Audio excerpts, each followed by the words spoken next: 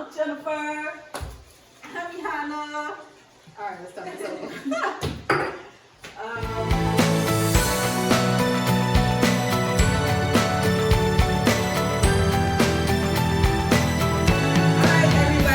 This is Raven. Yana. I'm Jennifer. We are J.A.R. Revealed. We are going to start this thing off by pulling out a topic that we're going to discuss. Disclaimer, some of the topics may be a little bit too Emotional. may cause Breaking generation curses. Oh man. We were just talking, we were having this conversation yesterday. Actually, we've been having this conversation more and more often lately because it's something that's true and dear in our family. so and I was having a conversation with one of my cousins yesterday, and we were just talking about how hang on with the ice maker. Exactly. Very loud. Okay. OMG. My bad. And again, How some of our just behaviors and our attitudes have passed on from generation to generation, and how our generation, we are trying to put a stop to it because we don't want to continue those negative behaviors and attitudes that we learned from our parents and they learn from their parents. We don't want to pass it on to our kids and so forth and so on. So we were just kind of talking about our upbringing and how one or two parent was absent and how that just kind of affected our mindset. And so Not only y'all, but the children as well. yeah. And you know what? I feel like this topic, generational curses, there's so much to talk about with this because there are so many different curses that a family go through from one generation to the next. And just talking about the absence of parents. I know for me, it rings a lot of bells. And I don't know if that's one of the topics that I just want to bring up for now, because growing up, I felt like I had to play the mom role, sort of, with my younger siblings, because my mom was working a lot and, trying to provide for us. But meanwhile, I was left in the house with my younger sister and my younger brother. And then there was no father. I mean, and I don't want to say. Me personally, I feel like I didn't have a male figure in my life, even younger. I don't remember really like my dad like that. I remember bits and pieces. I don't remember like a whole lot of time being spent with him. So I don't have that aspect of it. So you can say you don't really remember, because I don't. I mean, I do. I remember there being a male figure in the house, but I can't say that we had a good model, a good male model in the house. Because again, at the end of the day, it was kind of like us kids, they're trying to figure out what we were going to eat. Me, making sure the jar was cleaned up, bathed and all that before bed, or making sure that your homework was done, so that we would be all good to go in the morning. And even in the morning, there were some times when Mama was working overnight, and I had to, set my alarm so that I can get everybody else up in the house. And so I feel like stuff like that, I don't know, it really takes a toll on you. And I'm just speaking, from my perspective coming up in my generation, I guess. But I know for Mom, and Mom can elaborate on this a lot more, but with her, not really having maybe a strong female model in her life, with her dad, you know, being living in a different state. Like how did that affect your life growing up as a kid or as a teen? I don't know how, well, yeah, well, my birth mom, so I don't have a lot of memories as far as, you know, being taught a lot of things that a little girl or a young lady should be taught. So when I moved with my dad to Memphis when I was 7, he was married, so there I had a stepmother, and you know, and I'm sure that I was given the tools on a lot of things, but honestly I just don't remember, because the only thing that I was fixated on was I wanted to be with my natural mother. So I wasn't really shown a whole lot of affection from either my mother nor my stepmother. And I think that kind of passed on to when I had kids. Even though I wanted to break that cycle and show a little bit more affection, it didn't come like I thought it would come. And so I try to urge my girls to, you know, not be like me, and to make sure that, you know, the babies know that, you know, they are loved and safe and secure and this and that. That can even go into relationships as well, because I feel like, yeah, we wasn't shown a lot of affection, so that's why I feel like I craved it more in men. Like, he'd be like, oh, what are you doing? I just want affection. Like, I don't care too much for other stuff. It's just the affection part that I really want, because I feel like if I get it, I'm not going to know how to, like, act around it, or just act with it, I would say. Yeah. So it falls into relationships as well. And yeah, just taking on what you just said, I feel like I look for the same thing when it comes to men. I've never had, again, a positive male model in my life. I've never had a dad. I've never had someone to call dad or father or whatever. And so I feel like when it comes to men and relationships and what I seek for in a man, for one, is attention. It's a ton of attention, because it's not something that I received growing up. And I find myself choosing to have that affection versus, I don't know, like material things. I know a lot of people, you know, would rather have like material things versus, you know, someone to hug them or kiss them or whatever like that. But I don't care for all of it, and I never have. And I think it also stems from childhood too, because like even with mom, you know, going to work all the time, like I knew while she was going to work, knew she had to take care of us, but at the same time, I craved more attention or more love. And just like you were saying that you didn't really get it from your mom, who didn't really get it from her mom, you know, that's one thing that I feel like keeps getting passed down is, you know, as women especially, we're out here trying to live, and we're trying to I'm not going to say live, we're trying to survive, and we're trying to make sure that our kids survive. In the sense that they're just alive, making sure that they eat something every day so that they are alive on this earth. They're not, you know. Healthy while they're in your care. Yes. And I don't know, we forget to, you know, show love. We forget to give affection. And I know for me, with my kids, I try to make sure that I'm kissing them all the time and hugging them all the time and telling them that I love you all the time, because it's something that I've always wanted. And so I wanted to make sure that I show that to them, or I give that to them.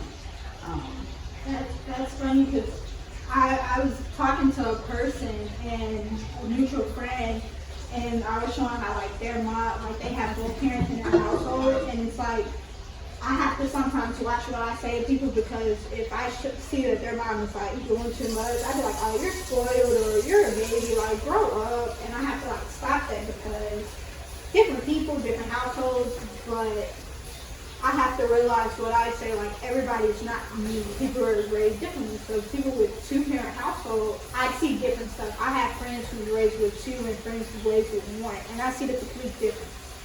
Like friends that's raised with 2, they want the family aspect. The people raised with 1, they like, well, I can do it on my own if need be. So that's why I'm like, yeah, I guess it goes into all aspects of life. It goes into relationships, friendships, children, work. It can go into everything. So that's why I feel like. Well, I would say keeping secrets that should be told. Yeah. I would say that. It's definitely a big one. We continue to pass secrets from generation to generation. And so I know for me, I am the type of person who I like to know everything. No matter what type of situation I'm in, I like to know everything. Don't tell me just a little bit. Don't omit information. Give it to me straight, because I need to understand what I'm working with. I need to understand who I am and why my attitude is the way that it is, or why I am as shy as I am, or just why the people around me, my family. Why do I choose the friends that I choose, the man that I choose? Like, please fill me in on everything so that I can understand where my life is. But do you think that there is, because, you know, a lot of times parents be like, well, I don't think that they're old enough to know these things right now. And so I'll tell them once they get a certain age, you know. And that happens in a lot of households, you know, because, you know, it's like you say, it's a mental thing. You know, it affects you mentally, and no one, because they don't give us the book on how to parent. You know, a lot of this stuff is either self-taught or, you know, or modeled, you know. And so a lot of parents think in their mind that they are protecting their kids from not giving them all of the information. They also could be hurting them too, because they might say, okay, yeah, I want to wait till they're a certain age, but when they're a certain age, you might forget. So it's like, now you done forgot, you know, it's their one. Yeah, I feel like it can be looked at as a cop-out, because I think parents make those decisions because they think that their kids may be affected negatively, but at the same time, they're also trying to protect themselves from dealing with either the pain that their kids may receive or the pain that they may receive because of their kids, just based on their kids' reaction. So I kind of don't agree with that. I feel like once a child is old enough to comprehend, you know, even the most basic stuff, then give it a shot. If it doesn't work out at the age 6, then try again at 8. If it didn't work out there, then try again at 10. You know, like, but don't just hold on to that information and then wait until they're 16 and they're going through puberty and they got all these different type of emotions and stuff going on, but they really won't know how to react to what you're telling them, because it seems like for all of your life you've been lied to. So that's just my take. I mean, I don't know, I wouldn't say that it's a cop-out. I would just say that it's, you know, just, you're just trying to, what is the word I'm trying to use? It's a safety measure, not necessarily a cop-out, because it depends on the child's maturity level. You know, you say 6 years old, you know, do you think that at 6 years old that you'll be ready to disclose some very deep and personal information to your own kids? You have to look at it like that. And a lot of people don't know until they have their own. I mean, I'll say it depends on the topic. I mean, Is that you powder don't, or salt? this is onion powder. Okay. Just go with it. Yeah, but I'm not ready for that yet. I know. And you got the hot sauce out. I'm ready. And then, you know, and then you have to change your mindset. The mindset is one of the most important things that you have to change when it comes to, you know, the generational thing. Because if you don't change your mindset, then nothing else is going to fall in place. Yeah, because I know back to the secrets. I know I didn't learn like family secrets unless it was like probably at funerals or something. Like why should they wait until a person passed away for stuff to be told? And it's like, if it was a funeral, I'd be like, hey, I would have never known. Well, this is why they act a certain way, or this is why they are dead, and why, okay, they had children, their children are like this, and so it's like, it shouldn't have to wait until a person in a family is gone. It should be all brought to light, or at least talked about. Not like, yeah, I know it can be some emotions involved, but that's every day. So I feel like it shouldn't be suppressed. It should be talked about. Yeah, but it's not, a lot of it is not everyday emotions. A lot of it is reliving the trauma. And sometimes people have just, and I know I can just speak for myself that I have, experienced certain types of trauma where I have just pushed things to a place where it's hard for me to find. So, truly when I tell y'all a lot of things that I don't remember or this and that, because I've just pushed it so far because of the trauma. And that's why a lot of things, don't come to light, because a lot of it has just, it relives the trauma, and you don't want to relive that trauma.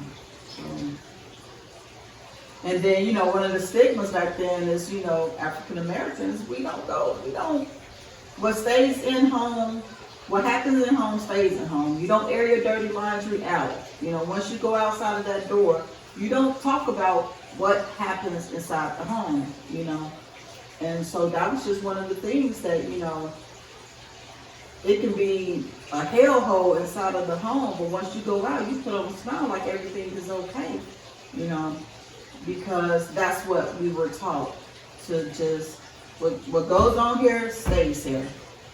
But why do you think that lesson was helpful? Because you said the same thing to us when we were growing up. I have said it. But do you think that's helpful? What goes on here stays here? Yes.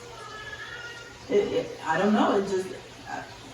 It depends on the situation, I guess. I don't think that it's one of those things that I would want you all to pass on to your kids. But then again, do you want your kids going out and telling everybody, oh, my mama, she likes to, I don't know, drink 3 or 4 drinks a day? Or it's just certain things that a kid shouldn't go out and be telling everybody your business. Yeah, but I feel like there you can add some clarity to that, because just telling a kid what goes on in this house stays in this house. Don't tell anybody what happens in this house. So what happens to a kid who's being abused or who's dealing with some type of trauma, who is depressed? They can't talk to anybody else except for the people in the house. But what if they can't talk to the people in the house? Right. So now they just feel trapped. They feel lost. They feel lonely. There's nobody else that I can talk to. I can't even talk to the people in my house. So I feel like that's something right there that should be broken. We should not keep passing down what goes on in this house stays in this house. If I don't want you to tell your kids at school that, I don't know, I just had a party last night. Don't tell the kids at school I just had a party last night. But don't say what goes on in this house stays here. Because that's just one thing I feel like, I understand it. So how would you bring clarity to it? Just saying exactly what it is that I don't want you to go out this house and right. tell. But somebody can tell their child, well, don't go outside this house and tell anybody that you've been touched, or don't go out this house and tell anybody that. But that's the thing. That I've hit you. I would never. It's the same thing. No, it's not, because because it's none of their business. What I'm saying is,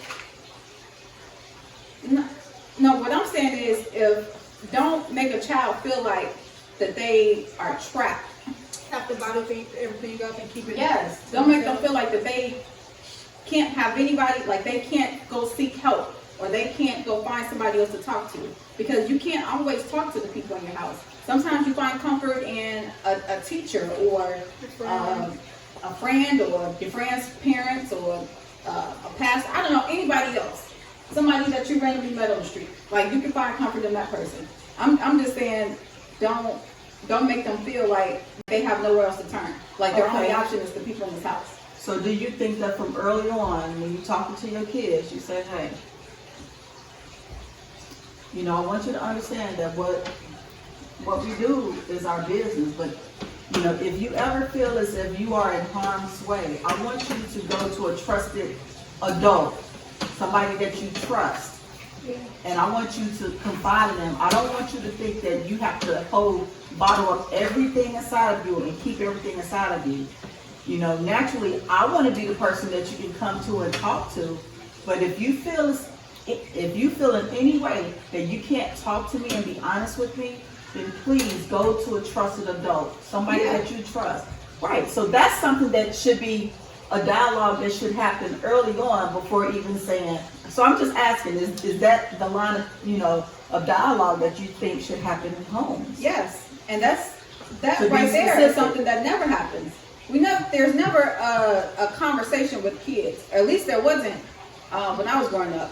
You didn't sit down and have a conversation with your kids. It was do this or else. Do this because I said to do it.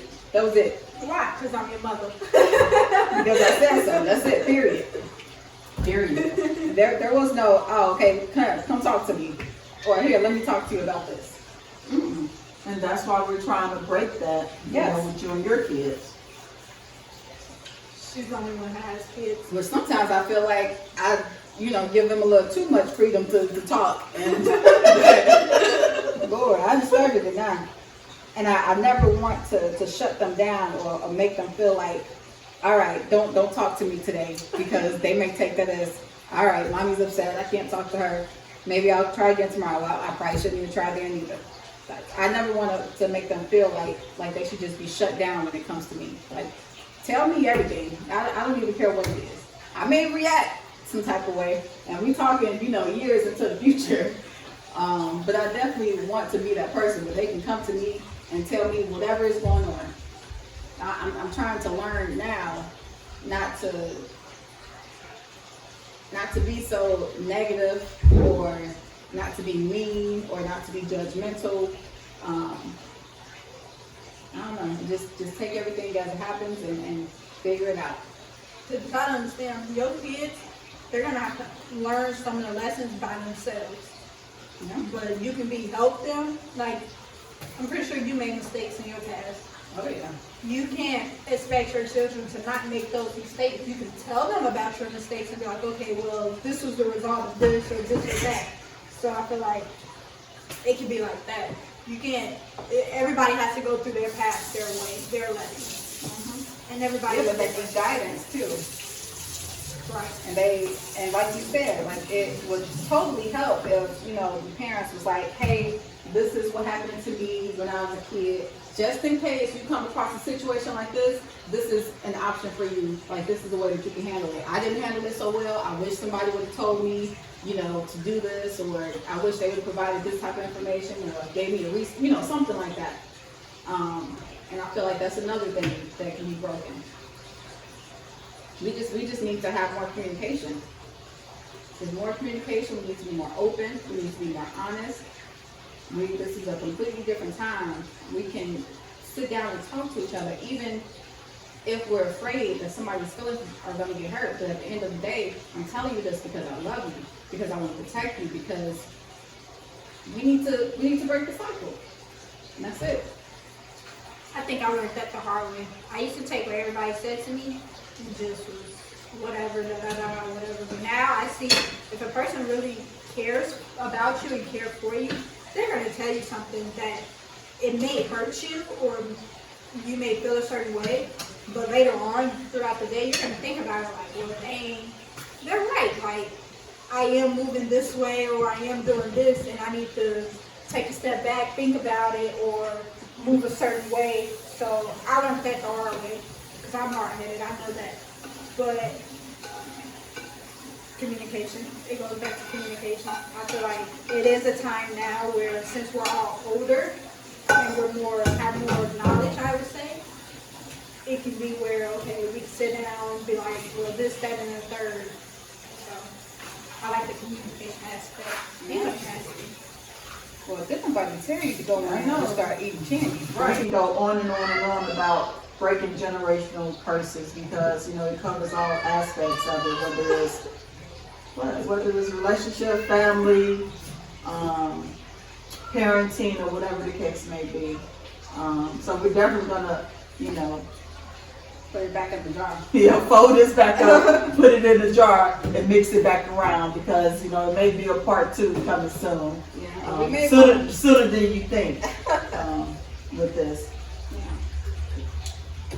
So I hope, you know, today's conversation was helpful to someone. I do feel like it was helpful for me. And every time we have conversations like this, I learn more. And I think, you know, my family learns more. We learn more about each other. So again, please stay tuned. Please subscribe. Please hit that like button. We will be back for another Jar Revealed show, another conversation. J.A.R. Revealed. Catch us. And we will see you next time. Thank you.